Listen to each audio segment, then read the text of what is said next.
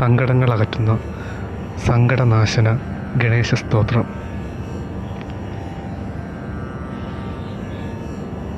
നമ്മുടെ വിഘ്നങ്ങളെല്ലാം മാറ്റുന്ന ഗണപതി ഭഗവാന്റെ സങ്കടനാശന സ്തോത്രം ദിവസവും രാവിലെയും വൈകിട്ടും 3 പ്രാവശ്യം വീതം നിലവിളക്ക് കൊളുത്തി ജപിച്ചാൽ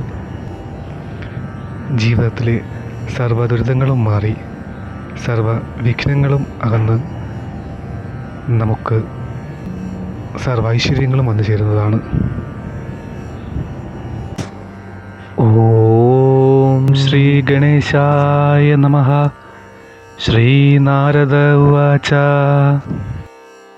പ്രണമ്യ ശിരസാ ദേവം ഗൗരീപുത്രം വിനായകം ഭക്താവ്യാസം സ്മരേ നിത്യം ആയുകാമാർത്ഥസിദ്ധയേ.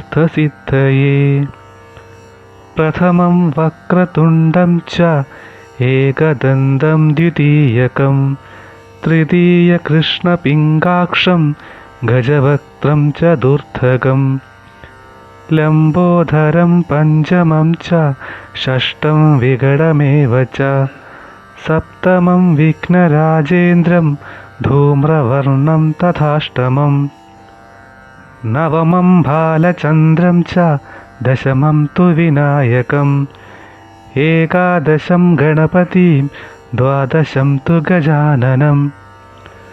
ദ്വാദശൈതാനി നാമാനി ത്രിസന്ധ്യം യ പഠേത് നരഃ ന ച വിഘ്നഭയം തസ്യ സർവസിദ്ധികരം പ്രഭോ. വിദ്യാർത്ഥി ലഭതേ വിദ്യാം ധനാർത്ഥി ലഭതേ ധനം പുത്രാർത്ഥി ലഭതേ പുത്രാൻ മോക്ഷാർത്ഥി ലഭതേ ഗതിം. ജപത് ഗണപതി സ്തോത്രം ഷഡ്ഭൈർമാസേത് ലഭം ലാഭേത് സംവത്സരേണ സിദ്ധിം ച ലഭതേ നാത്ര സംശയഃ. അഷ്ടഭ്യോ ബ്രാഹ്മണേഭ്യശ്ച ലിഖിത്വാ യേത് സമർപ്പയേത് തസ്യ വിദ്യാ ഭവേത് സർവ്വാ ഗണേശസ്യ പ്രസാദതഃ.